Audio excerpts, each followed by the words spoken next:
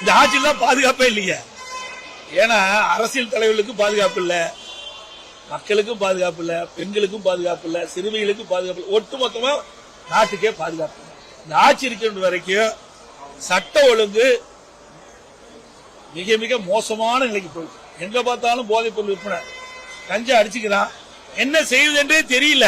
தொடர்ந்து வலியுறுத்தி வந்தேன்.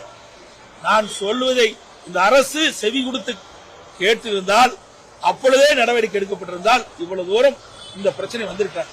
இன்றைய தினம் அந்த போதைக்கு அடிமையானவர்கள் தான் இந்த தவறான வழியில சென்று கொலை, கொள்ளை, திருட்டு, பாலியல் கொடுமையில் நடைபெற்ற வழக்குகள்லாம் பாத்தீங்கன்னா இப்படிப்பட்ட போதை ஆசாமிகள் தான் செயல்படுறாங்க.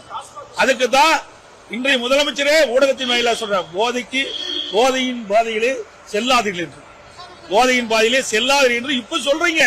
இதை நான் 3 ஆண்டுக்கு முந்தைய சொன்னேன்.